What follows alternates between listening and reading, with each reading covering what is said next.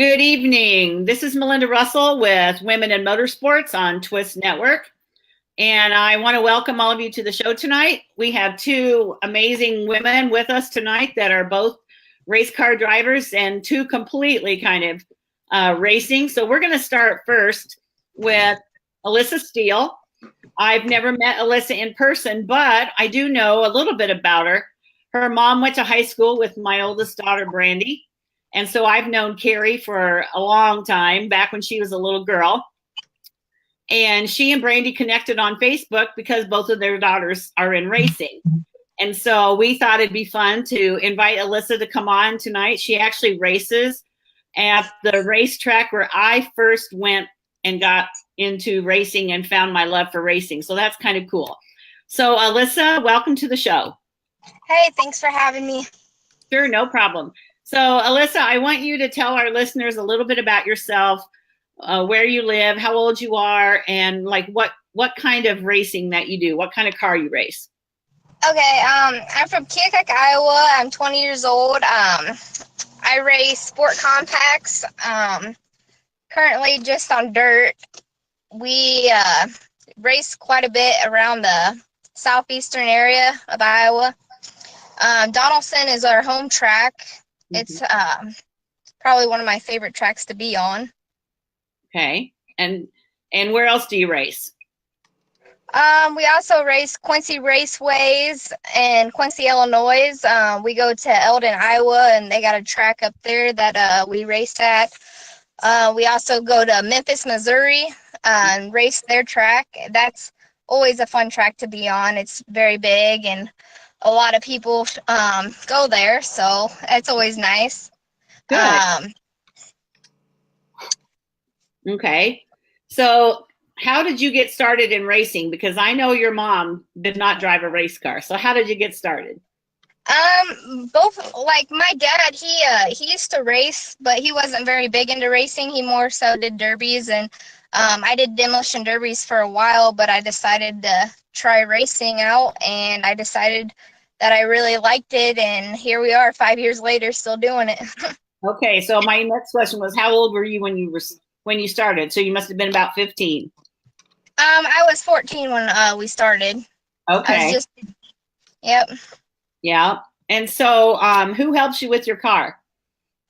I do a lot of the work by myself, but I do have my dad. He helps out when he can, and then my Uncle Steve, he helps me out when he's available, and I make sure I get to the track on time. So good. I got a pretty small circle. Well, a lot of teams do, so it's not just you. So let's see, you answered that about your favorite track. So what is your car number and how did you choose it? My car number is 55, and I chose that number because that was my dad's derby number, and he ran it for quite a while, and I just wanted to take over his number and keep it in the family. Yeah, good idea. So now tell me a little bit more. What kind of a car do you race, and what class do they call that? Because every track has their own names. Yep. I race a 4-cylinder Chevy Cavalier. It's a 2005. It's basically the beginner's class. That's what they call it around our area. They're also known as Hornets and Wild Things. Okay. Yeah. So they call us, one of the tracks here calls them a Hornet. Sometimes they call them stocks, like Berg stocks for Galesburg. Yep. So, yeah, so we get that. So what the first night that you were going to get in the car, I know it's been 5 years ago. How did you feel that first night when you got in your race car? Were you excited, scared? My first night in it, I was really nervous about how it was going to be and how I was going to do. My first night out on the track, I actually took my car and smashed it into the wall on the first lap. So that was kind of scary. Yeah. And was that in Donaldson? Yes, that was at Donaldson in turn 2. Okay. So did you think, okay, maybe this isn't for me, or you were determined that you were going to be good at it? I determined that I was going to keep trying and give it another shot. And about the second night out, after getting the car fixed after the first night of ever racing, I ended up doing really good. So it kind of learned fast and picked up on it. So That's good. So you got some confidence back then after that first accident. yes. So are there very many women that race at Quincy or Donaldson, wherever you race, or are you in the minority? There's actually one other female competitor that races, Donaldson and Quincy, and she's really good too. Is she? And how long has she been racing? Do you know? I couldn't tell you exactly how long she's been racing. I know it's been quite longer than I have. She was racing long before I even started, so. Okay, all right. So to get ready for the season, you said you mostly work on the car. That's kind of what you do in the winter, is work on your car, or is it pretty much you put it away after the last race and there's not much to do to it? It all kind of depends. Here lately, we've been lucky enough to not have a lot of work to do over the summers, over the winters, my bad. So, we've been pretty fortunate, but there has been times where we've had to build a completely brand new car and start from scratch, so. Okay. So where did you learn to work on a car? Did you learn that from your dad? Did you take some, like at school, or how did you learn and find out that you were interested in race cars? A lot of it was just growing up around it in the shop when I was younger. My dad, he was always working on cars, and I would always try to help him or learn from him. And then a lot of the other is just experiencing myself and just taking stuff apart and seeing how it goes back together. Okay. So, that's pretty amazing for a 20-year-old girl to be able to do some of that. Yes, definitely. Yeah. So do you have any marketing partners or sponsors that you would want to say something about? I want to say we got a sponsor. It's a locally owned business in Keokuk. It's Myers Septic and Driveways. He has been a phenomenal sponsor from day one, always there to get me whatever I need when it comes to racing and support us. And it's just kind of nice to have locally owned businesses support something so little like a dirt track racing around our small community. That's great. I know they've been in business a long time. I recognize the name of that business. So make sure everybody out there that lives in that area, you tell Myers that you're thankful that they're supporting racing, because we need more of that. So yes. How did you get them to be a sponsor for you? Did you talk to them, or was it somebody that your parents knew? Actually, it's kind of both. My parents did know Glennie Myers, which is the owner of the company, but I also had went down and talked to him, and he really liked the fact that, there was a woman racing, and he really wanted to help support that and do what he can to make things happen for us. So very fortunate to have him. So there's some good advice right there to the ladies that are listening, is that you need to go in person and see these people. Make an appointment and go see the business owners, because it is impressive that you're going to come and do that. So have you had a proudest moment or a most memorable moment since you've been racing? I've had a memorable moment this year. I've been doing really, really good at Quincy Raceways. We've been getting very close to getting our first feature win. We've been taking heat wins pretty much every night we go up there and run. So we're getting close, and that's very memorable for this year. That's great. So I've been kind of following you, and I know you've been doing really well this summer. So, it's funny, Alyssa, I remember going to that track, and when you're younger, you just, obviously I'm old and I forget things, but the track looks so much smaller than what I remembered. And I think it's just age things or whatever, but it was interesting. I watched somebody was videotaping you the other day when you raced, and I thought, wow, that track doesn't look near as big as I remember. Yeah, it actually, they did make it a little bit smaller. It's a lot less banked than what it used to be, so it's kind of a flat oval track. Okay. It is small. So I'm not crazy then. No. Okay. So what is it that you enjoy the most about getting in that car and racing? enjoy just the feeling of knowing that, you know, you're going to go out there, whether you do good or bad. You know, it's just you and that car during that time, and nothing else matters. It's just you're doing what you love. So. Okay. So what do your friends think about you racing? They think honestly, they think I spend a little too much time with my race cars, and I'm kind of crazy for doing that, but they kind of miss me being able to go out on a Friday night and hang out and stuff like that instead of being at the racetracks. But they got a pretty good understanding that's what I love to do, so they support it. Okay. So yeah, I was going to ask you that, you know, I know you said you loved racing, but there's something about it that you don't want. If there's a race and the gates are open, you want to be there. And it sounds like that's how you feel. Definitely. That is exactly how I feel about it. Yeah. That's awesome, because that just shows your passion for what you're doing. So what are your goals this year for your race career? And then beyond that, like, do you want to move up and drive a different kind of car? So what are the goals that you have? My goals this year we're getting really close. Like I said, at Quincy, I would really like to be able to pull off a feature win there before the end of the season. Also, as far as moving up classes, I really just enjoy running sport compacts on the side when I'm not busy racing or working on my race car. I build other people race cars. Okay. And that's just kind of what we do, so that's what I enjoy doing, so I really like sticking with the sport compacts. All right, so that's good. You're happy where you're at. So if somebody came up to you and said, Alyssa, my daughter's, 6 or 8, and she's interested in becoming a race car driver, what would you say to them? I would be extremely happy and honored that they would want to talk to me about wanting to be a driver and, being a female in this type of sport. I would be really thrilled to hear that. Okay, good. So do you have autograph nights at the tracks that you go to? Yes, we do.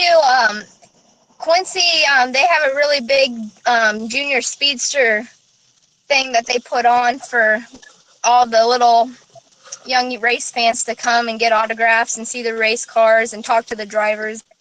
Okay. And are there a lot of little girls that come? Honestly, there's quite a few little ones that do come, and they do love seeing female competitors and talking to the girl racers, and it's definitely a good sport to be in for. It is a good sport to be in, and the people that you meet and they become your family. I know that's true too for where you're racing. So what do you do when you're not racing? When I'm not racing, I'm either working on my car or working on other people's cars, or just trying to enjoy some time with my family when I have the extra time to do that. Okay, and do you work or go to school?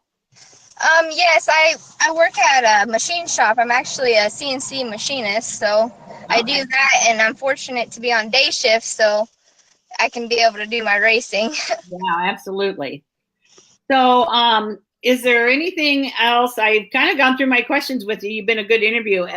Tell me, what else have I not asked you about that you'd like to share with us about your racing, what you love, maybe what you don't love, or maybe have you had any accidents other than the first night you ran into the wall? We won't count that.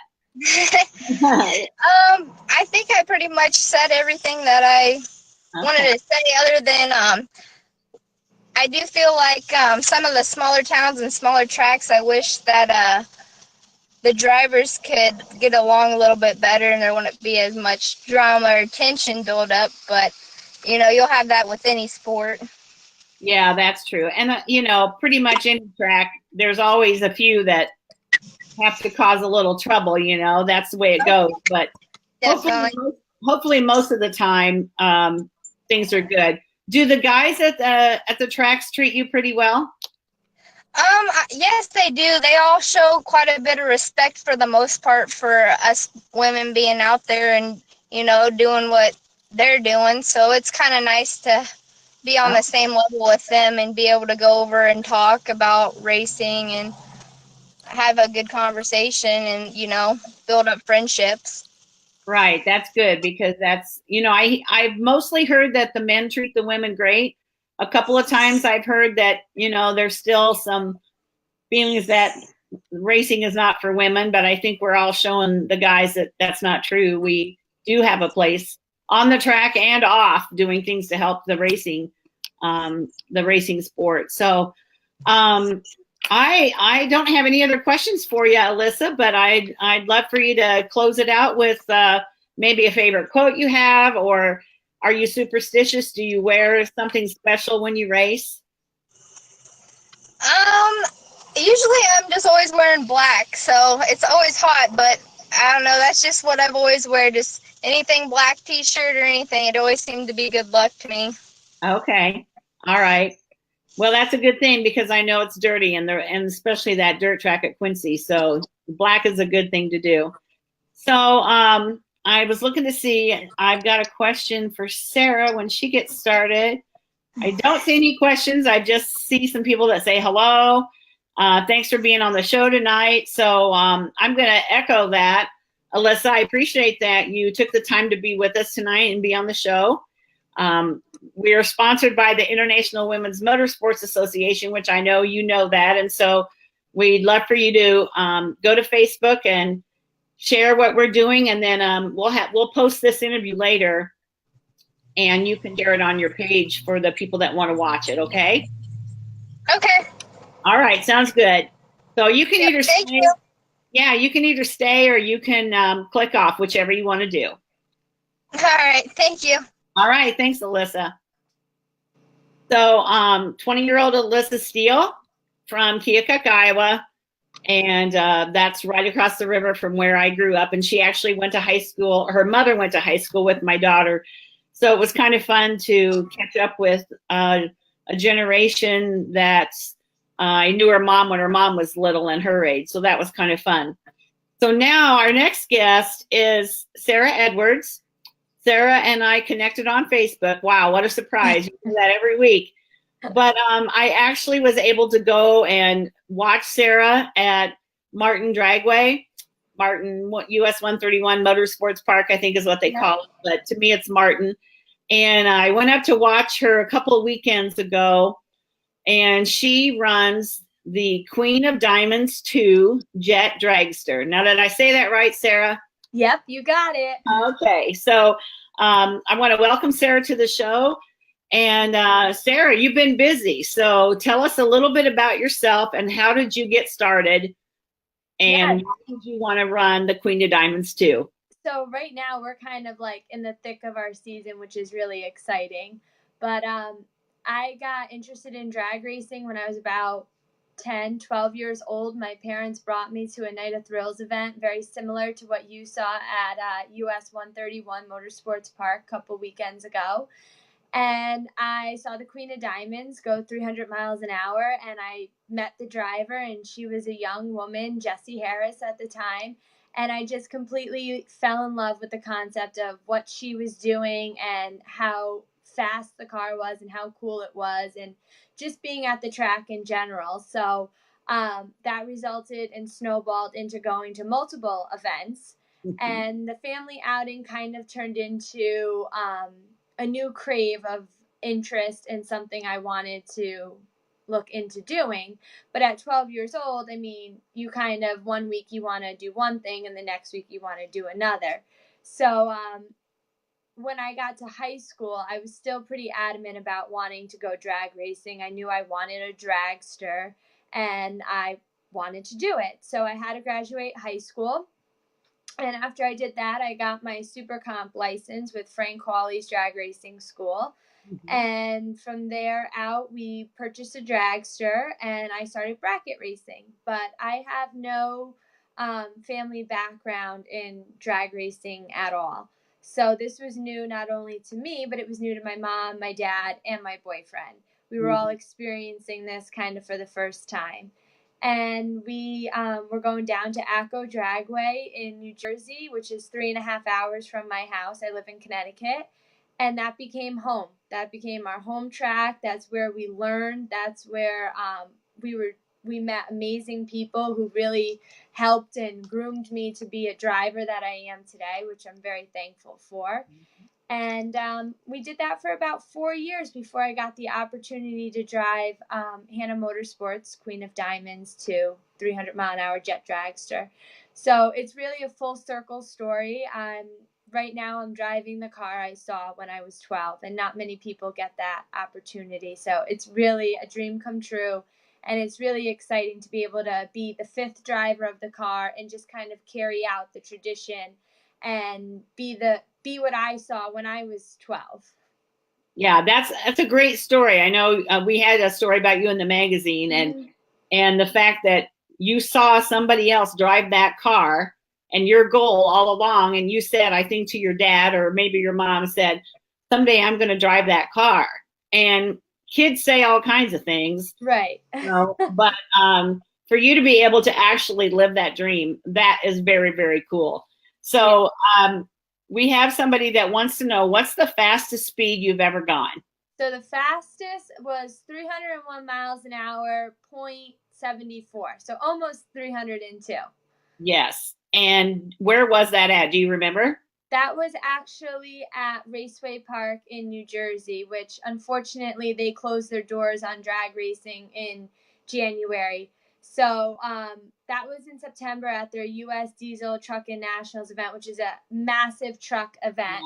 Yeah. And it's towards the end of the season for us, especially in the Northeast with snow and stuff. So I was the last car to go down that quarter-mile drag strip at over 300 miles an hour, which is pretty cool. That's very cool. That's something that, like you said, nobody else is going to be able to say. So that's really.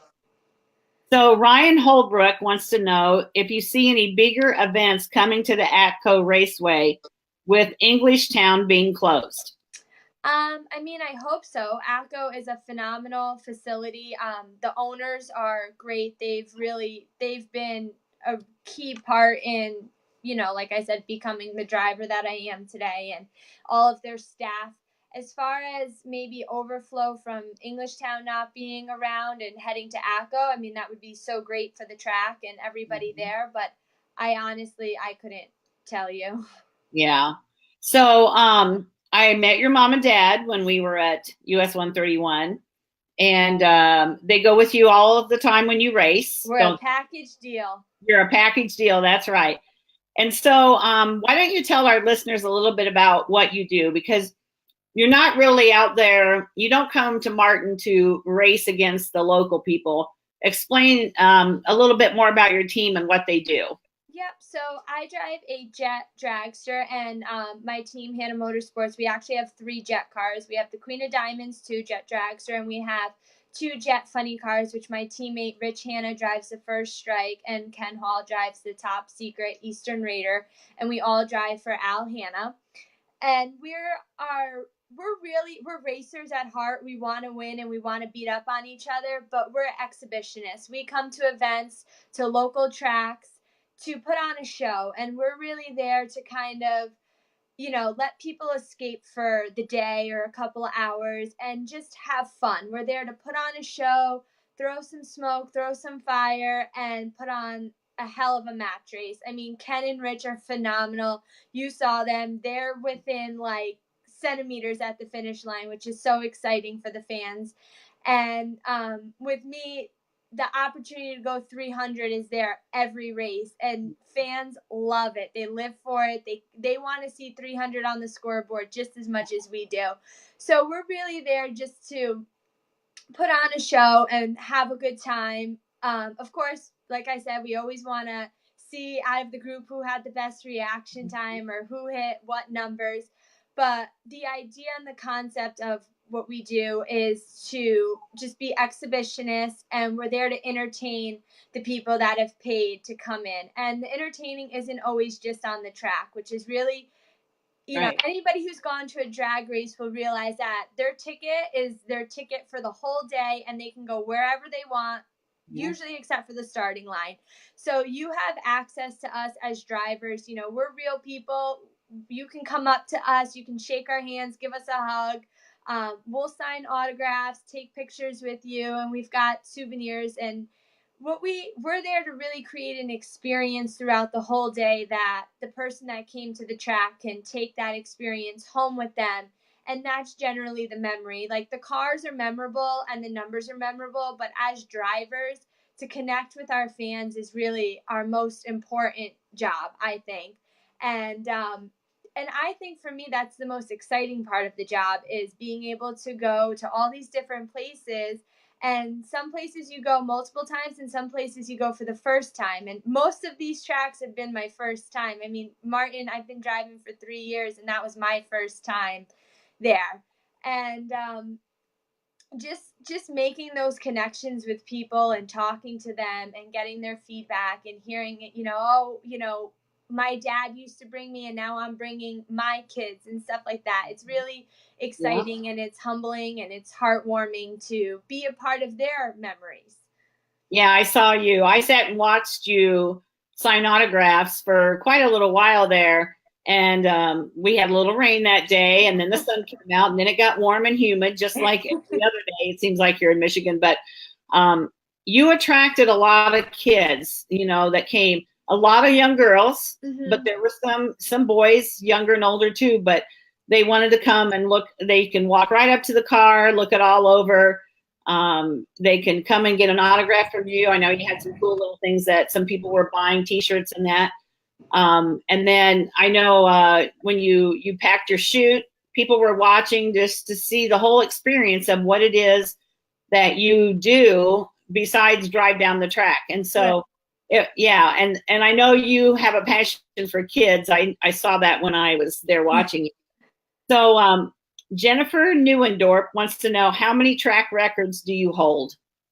Geez. Well, we just set the track record at Killcare in Ohio, in the 8th mile for speed and time, which the speed was 217 miles an hour, almost 218. And the time, I believe, was 3:70. And again, that's the 8th mile. We typically run a quarter mile. And in the quarter mile, we're there in about under 5.5 seconds. Yeah. But I have that track record. I have a track record at Eddyville for their annual Night Under Fire. It was set last year, and fortunately, it wasn't broken this year, so I still hold it. Okay. And I think that might be it for track records. I might be forgetting one, but. So the 300 whatever miles an hour you drove, did that set a record for that track? I don't know if it set a record for that track, but it was a personal best for me. Okay. So my personal best mile an hour was at Raceway Park, which is kind of cool because that was my growing up, and when I went to events, that was my home track before I started racing at ACO. So to have that is cool, and have the last 300 mile an hour pass is cool. But my best ET was actually at New England Dragway in New Hampshire, Epping, New Hampshire, and that was 5:26. Wow. Yeah, when you fire up those jets and you can just feel the rumble and all that, it's a cool experience. So much different than going to a short track. For sure. We're so lucky here where we live because we have mostly asphalt close, but then we have Hartford, which is dirt, and then we have Martin, which is a drag strip. So we are very lucky where we live here to be able to see all different kinds of racing. Yeah, I tell people all the time, you can look at pictures and those are cool. You can watch a video and you think you have an idea of what's going to happen. But until you're actually there and you feel it, you feel it through your whole body, from the tip of your head to your toes, through your chest and out. And it's an incredible sensation. And I think the sensation as a fan, since I've been both a fan and now a driver, the sensation as a fan is just so incredible. It's cool as a driver, but when you are sitting up by the starting line and you get to feel the heat that comes off that car, you think your eyebrows are going to singe off. Yeah, absolutely. So now tell us, what does it feel like to go 300 miles an hour? So to go 300 miles an hour, in my opinion, it's almost very calming and sensationless. So I have 6,000 pounds of thrust behind me, and that's what's pushing me down the track. And when you leave the line, it's a 4G acceleration. However, when you get to the finish line and you kill the engine and deploy your 2 parachutes to stop you, it is the most incredible sensation you will ever feel, because it never feels the same way twice, first of all. So you never know what you're going to get, because you never know how your chutes are going to hit, and, you know, depending on how fast you went and the air and everything. That's the wild ride. And that is my favorite part. I love being kind of like knocked around a little bit and, you know, not knowing if your eyeballs feel like they're going to fall out or not. But you never know what you're going to get at the finish line. And while it can be scary, you have to be sharp. You know, Al always says every pass, you got to be sharp, you got to be on your game, and you got to expect everything and anything that can come your way. And that's really what you get at the finish line. Because a lot of, you know, tracks take pride in prepping their surfaces and their quarter mile or their 8th mile, and they do a phenomenal job. But driving the shutdown area is sometimes way more tricky, because sometimes, you know, there's potholes, there's dips, there's transitions, guardrails may come in or out, or you never know what you're going to get down there. There was one track we were racing at, and the shutdown actually like went down into like an oval track. So you don't know. So I assume you walk the track, or at least take a good look at where you're going to go before you start going that fast. Oh, absolutely. Every time, you know, even if I've been to a track before, but it's maybe been a while or something, either Al or, you know, one of my teammates, especially Rich, he'll take me down the track, and we'll go right down the track, whether it's in a car or a golf cart, to check it out, know where the bumps are, know where the transitions are, and to see what you're going to get at the end. Because most of what we do is we race at night too, which makes for such an epic fire show, and to really see it all and stuff. There's some races where we do make runs during the day, but for the most part, it's at night. So, you know, you got to make sure it's well lit and kind of get your boundaries and know where you are. Yeah, so I saw you run during the day, which was still pretty darn cool, or hot, however you want to put it. It was amazing. It was. I think we got all 4 seasons at one day. Yeah, we did have pretty much, except the snow. The only thing we did was snow, but it was chilly, rainy, hot, humid, and sunny. But I watched the US 131 Motorsports did a live Facebook from the roof of the, you know, the tower. Yeah.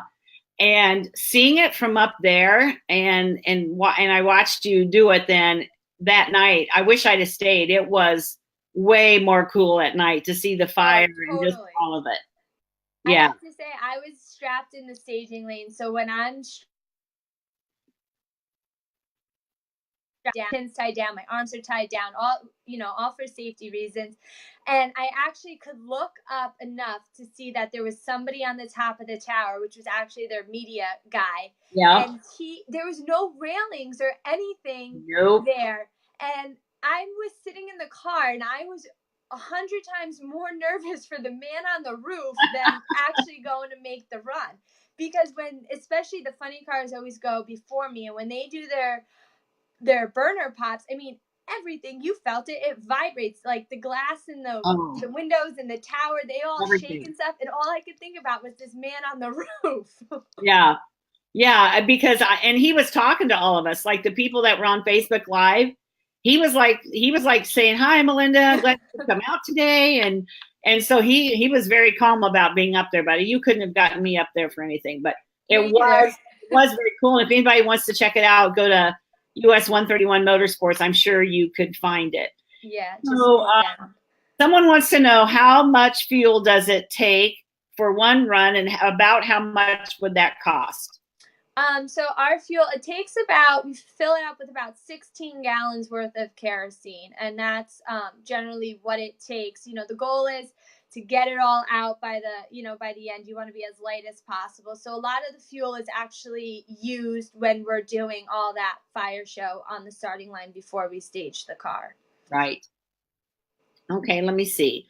Jennifer Neuendorf says, when getting up to the starting line, when you do the showing off of the car, she's obviously seen you. Is it fun for you to do the fire and all that in the beginning?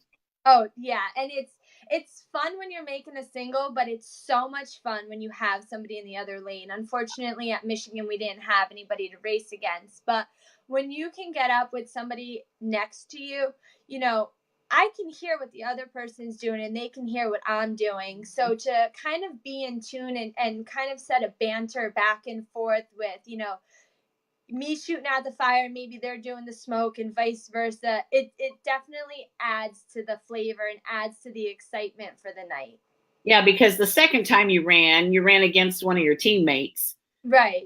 And that, you know, of course, we love seeing you go down by yourself, but it just made it a lot more fun to see the two of you. And you did that, you know, one of you was shooting the fire and the other one, it's almost like you were at, you know, like kind of pushing at each other's buttons to get right. to see who That's was right. The other dragster ended up showing. So the first round at US 131, we were making planned singles, and then it was kind of fun at the second round. We had no idea that Hot Blade, the other jet dragster that happened to be there, decided to come out and play with us, and we didn't know till we were in the staging lane. So it was kind of like, all right, you want to come out and play, game on. But it was fun to again, I could hear what he was doing, I'm sure he could hear what I was doing, and to create that excitement. It's exciting as the driver, and it's more exciting for the fans. Oh yeah, absolutely. So Matthew Bursley said, "Are you a Michigander?" And he must have tuned in just a hair late. Nope, she's from Connecticut. Yep, can hear it a little bit in your voice. Hear that you're an accent. So, tell me about your season. Like, when do you start doing the exhibitions, and when do you end? And then, what do you do in the off season?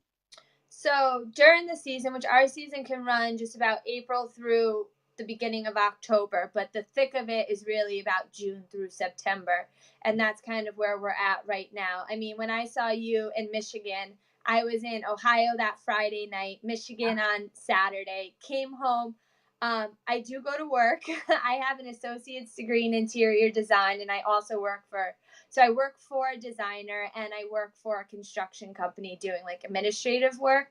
And I do that, you know, full time in the off season. And then when I'm racing, I still go to work. So we came home, we all went to work Monday, Tuesday. And Wednesday, we were back in the car, trekking back out to Ohio to Killcare to race Thursday, come home Friday. So that's kind of what my life is like for the next about 14 weeks. We'll be on the road here and there and at work here and there. But what's really exciting is that this year at Summit Motorsports Park in Norwalk, Ohio, Bill Bader's track, there's an annual Night Under Fire event, which is just beyond epic. I mean, they've got John Force, they've got Fuel Funny cars, they bring it all in, and there's no expense spared. But this year, we're actually having a huge jet race. So there's 11, I believe, of the fastest jet dragsters from around the country coming together for the North American Jet Car Championship. And I'm so excited that this is happening while I have the time to drive and be a part of this kind of inaugural event and see what happens. So that's August 11th at Summit Motorsports Park, and that's definitely something we're really looking forward to. In 2 weeks, we'll be at Maryland International Raceway Park for Jet Wars, which ever since I started driving, I've won the 2 years in a row. So I'm curious to see how this year is going to pan out. We're going for the third. So it's kind of, we're getting our momentum going, and there's a lot of fun things happening and things in the pipeline. And sometimes it seems like it all happens at once, but it's all good. Yeah, it's all good. And I really enjoyed talking to your parents. And then I spent probably a good 30 minutes or more talking to Al. He's got some great stories. Great, that's for sure. Great racing stories. Oh my gosh. He needs to write his book, get all those stories in a book. He does need to put them in a book, because he knew some really cool people in motorsports and still does. And I absolutely, you tell him I said he needs to write his book. He knows that. We're on him about it. He is actually in his 53rd year of drag racing. So that alone just says something about him and what he's done. And, he's really been a pioneer in the whole jet car category. And Al's biggest thing is safety. Safety first. We're there to perform. We're there to have fun. But at the end of the night, you know, we want to make good, solid, safe runs. And the race isn't over when the race, you know, when the light comes on the scoreboard. The race is over when we're back to the hotel and then we're back home in Connecticut. So safety is his main priority. And I couldn't be any luckier to be driving the safest car out there on the track. Him and Rich and, you know, everybody, they do a phenomenal job. He told me, one of the stories he told me was that, I don't know what he and his wife were doing for jobs, but he was racing on the side and he came home one day and he said, I quit my job. We're going to do this race thing full time. And she said, okay, let's go. Now, not many women would say, okay, quit your job. Let's go.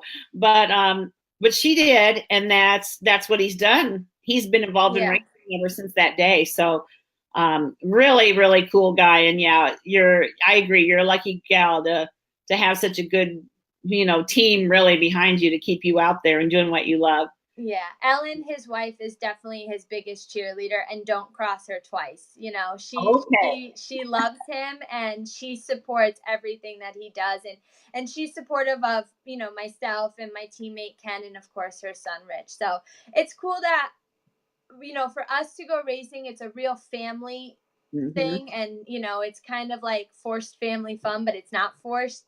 We get to spend all this time together. So to drive for a team that's family driven as well, it's a great, you know, mesh of both worlds. Yeah, it really does. So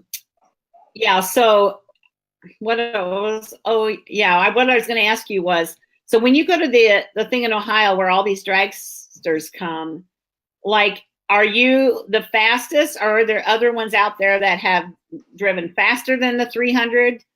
Or I would say we're all, for the most part, I would say our car's probably in, like, you know, the top 5 of the ladder as far as being up there with the 300 mile an hour runs and being competitive. And there might be some cars that are a taste faster, but as you know, in drag racing, it kind of comes down to the driver too. Unfortunately, with bracket racing for 4 years, I was really like trained hard by one of my good friends and mentors, Tom Dauber, to cut a good light and to focus and react. And fortunately, a lot of my races are, you know, the performance is there, but then also it doubles down with the driver and the reaction time. Right. So we're definitely very competitive amongst the other cars.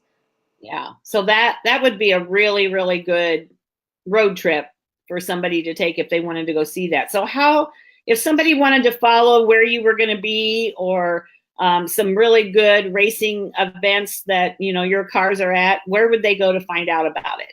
So you can definitely go to my Facebook page, Sarah Edwards, Queen of Diamonds 2 Jet Dragster. It's a little long, but I'm posting all the time, and usually when events are coming up, they're in my event feed and they're on my timeline, so you can follow along there. I manage all my social media, so if you're talking to the page or to my Instagram or to my Twitter, because I'm on Instagram and Twitter as well, you're talking to me. So any questions, just feel free to like shoot a message. But if you're looking for our schedule, you can find it on hannahmotorsportsjets.com. And I also have my own website, and the schedule's there as well, and that's sarahdwardsracing.com. But for the most part, if you're on social media, you probably can't miss my loud mouth because I'm always posting. Hey, that's important. That's where it's all about. I tried to get your mom. She's going to do a Facebook Live, right? She tried to do a Facebook Live at KillCare, and I don't know what happened, but it didn't. Okay, well, we're going to have to talk and practice so that she can get some Facebook Live things going for you when you're racing. So that's cool.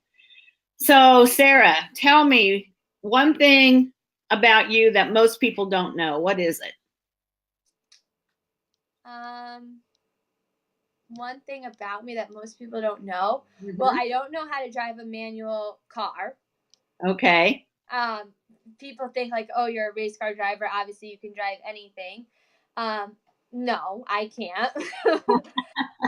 And most people assume I'm an adrenaline junkie, and I'm not at all. I stick to my Jeep that I drive during the day, and I stick to my 2, race cars, and that's it. There's no fudging the lines. There's no, extreme quadding or snowmobiling or anything like that, or jumping out of planes. I'm pretty boring. Okay. Aside from this. Aside from this. Well, I would say that 300 miles an hour, or I know when you were at Martin, you did 295, I think. Mm-hmm. I think that's probably enough to fulfill the adrenaline part of your life. I think your parents would agree. They come along, but they're protective too. So they don't want anything to go wrong, and they want to be there to support you as well. So that's pretty cool, because that's a big commitment on their part too. For sure. It really is. Yeah. So I've kind of asked you the questions that I had written for you. Do you have anything else that I didn't think to ask, or that you want to share with us? I don't think so. Okay. But if anybody has any questions, feel free to leave them in the comments, and I'll be checking back and answering them. All right. Sounds good. Well, Sarah, I'm so glad that I got to meet you in person. I feel like I really know you now. I know. Hopefully we can do some things together in the future. Good luck at the rest of your exhibitions and at the races. And you show those guys how it's done. We'll be cheering for you from Facebook. We'll be watching. Awesome. Thank you so much. All right. Thanks, Sarah. Tell your mom and dad I said hi. I will. All right. Bye. Bye. So Sarah Edwards from Connecticut, she races and does exhibition runs for the Queen of Diamonds 2 Jet Dragster. Amazing young woman. I'd encourage you to get on her Facebook page and check it out. Follow her, what she's doing in racing. She and her parents are great people. Al Hanna's got an awesome program there, so it's a lot of fun to follow that. So get on there and tell her you saw her tonight on the radio show on Facebook. And I just want to thank her for doing that. I got to get my plug in. We're sponsored by the International Women's Motorsports Association. So if you want to know more about that, or you would like to join and become a member, go to iwmanation.com. You can read the magazines that we put out. They're digital magazines, so you can read those. You can see some of the other interviews we've done, and we have t-shirts for sale. So get on the website and check it out. And I want to thank my 2 ladies tonight, Alyssa Steele from Keokuk, Iowa, my old stomping grounds, and Sarah Edwards for being my guest tonight. So have a great week, everybody. Happy 4th of July. Be safe, and we'll talk to you next week.